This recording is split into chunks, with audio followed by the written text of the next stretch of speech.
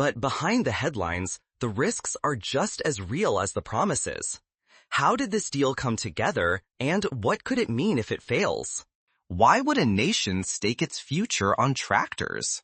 Ignore stories like this, and we miss how choices about who controls resources and technology can reshape entire regions. The stakes here are enormous, with potential consequences for economies, politics, and Africa's standing in the world. Can 100,000 tractors change the destiny of a nation? That is the gamble Burkina Faso has taken, signing a tractor deal with India worth over $1.2 billion. The plan? Modernize agriculture, create tens of thousands of jobs, and finally secure enough food for its people. But this is not just a business transaction. For Burkina Faso, the tractors are bold symbols of sovereignty, machines that promise the right to shape its own future. The news sent ripples across Africa, raising a daunting question. Can one of its poorest, most isolated countries truly pull off such a transformation? If this gamble fails, Burkina Faso risks a future chained to hunger, debt, and dependence, just as before. But if it succeeds, the nation could emerge as a new agricultural powerhouse in West Africa. For Burkina Faso, this is about far more than machines. It is about survival, self-determination, and the chance to finally break free from cycles of hardship. Nearly 7 out of every 10 people here work the land, yet most still rely on hand tools and animal power. Farming is grueling, uncertain, and often yields little, leaving millions trapped in poverty. Then came the seismic deal. In early 2025, Burkina Faso struck a $1.2 billion agreement with India. This is not just a shipment of over 100,000 tractors. The deal brings modern irrigation, spare parts, and, most crucially, intensive farmer training. It is a bold attempt to pull the country's agriculture into the 21st century. But the story does not end there.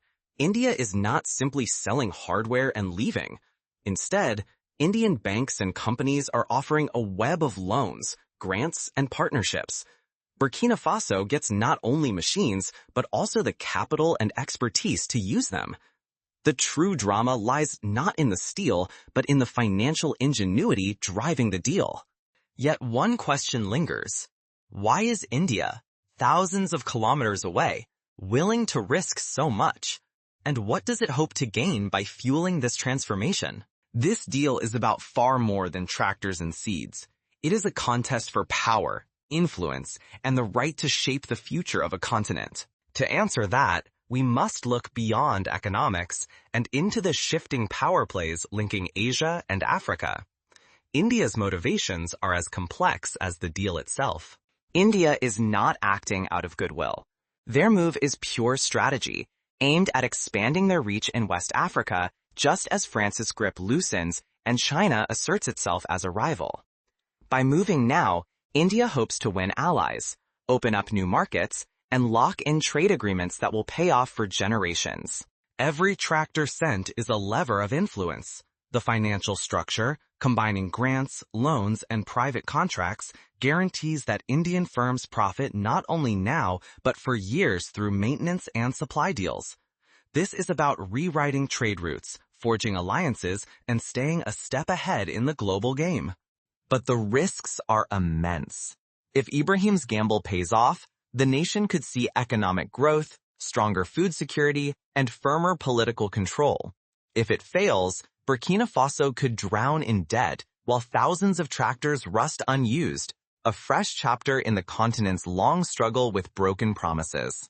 Across the table, Burkina Faso and its leader Ibrahim are making a calculated wager. They are not just buying equipment, they are buying a chance to transform their economy, to gain legitimacy, and to declare independence from old Western ties. For a leader who rose on promises of sovereignty, this is a daring attempt to chart a new path. This is more than a transaction. A single miscalculation could send shockwaves through the region. Real lives, futures, and the fate of a nation hang in the balance. As the ink dries on the agreement, both sides brace for what comes next. The world is watching. waiting to see who will reap the rewards and who will pay the price. Will fleets of tractors transform Burkina Faso into Africa's breadbasket, or turn it into a stark warning for the world? Experts argue that with modern machinery, the country could double or even triple its harvests within 5 years.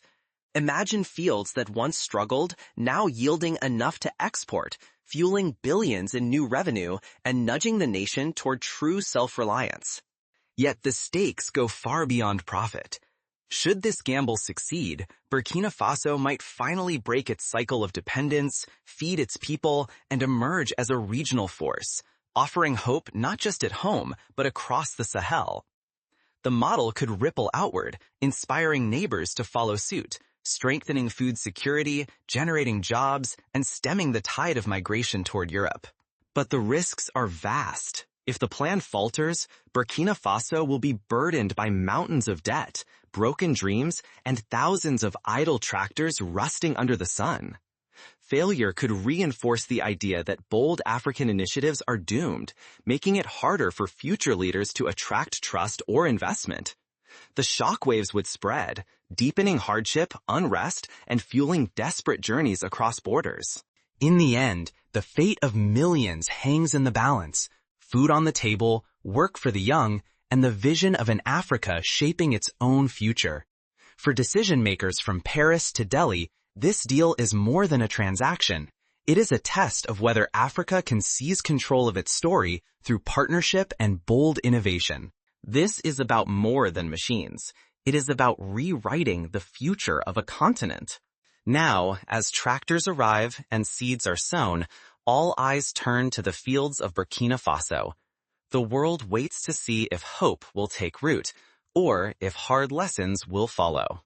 Throughout history, revolutions have turned on symbols, steam engines, telegraphs, satellites. Now, in Burkina Faso, the tractor is becoming the new rallying point. For Ibrahim and his nation, these machines are not simply tools, but a bold message. Africa can seize control of its own story. Yet tractors alone will not drive transformation. Progress depends on the entire ecosystem: steady fuel supplies, skilled hands, spare parts within reach, and ongoing education. Without these, the brightest machines could become monuments to failed dreams, repeating the disappointments of past initiatives. Ibrahim stands apart from those before him who borrowed carelessly, sinking deeper into cycles of debt. Instead, he is wielding foreign finance with intent. The $1.2 billion agreement with India is more than an equipment order. It is a blueprint to build local skills, training farmers, mechanics, and entrepreneurs. It is a wager that investment, not handouts, will unlock Burkina Faso's potential. The stakes could not be higher. If Burkina Faso succeeds, it may spark a wave of similar projects across Africa, proving that vision and creative finance can break old patterns of dependence. But if it falters, it risks slamming doors on future opportunities, not just for itself, but for a continent watching closely. In the end, tractors may become Burkina Faso's most vital harvest. The lesson stretches beyond borders. Real change demands more than money. It requires patience, grit, and the determination to build lasting systems, piece by piece. Now, with the tractors arriving and expectations soaring, the true test begins. Will these machines spark a lasting transformation, or become yet another broken promise? They are not simply machines. They are seeds of ambition, planted in a nation desperate to shape its own future. With a handshake worth over $1 billion, Burkina Faso has staked more than money. It has wagered its hopes, its fields, and its place in the world. Yet behind every gleaming tractor lies a risk. For every machine delivered, a new debt is owed. For each vision of self-sufficiency, there is the grind of repairs, training, and coaxing complex engines through dust and heat. Failure is possible. History remembers other grand schemes that turn to rust and regret. But this deal is more than local drama. It is a live experiment in rewriting the rules. Here, creative financing meets geopolitical ambition. If Burkina Faso succeeds, the rewards could ripple across all of West Africa. If it fails, the costs, financial and political, may trap the country and others in deeper cycles of dependency. At its core, this is about more than steel or grain. It is about who will author Africa's next chapter, and what price will be paid for that agency. As the engines turn, the world watches, and so do those yet to come, waiting to see whether these tractors will carve out a new future or deepen the ruts of the past.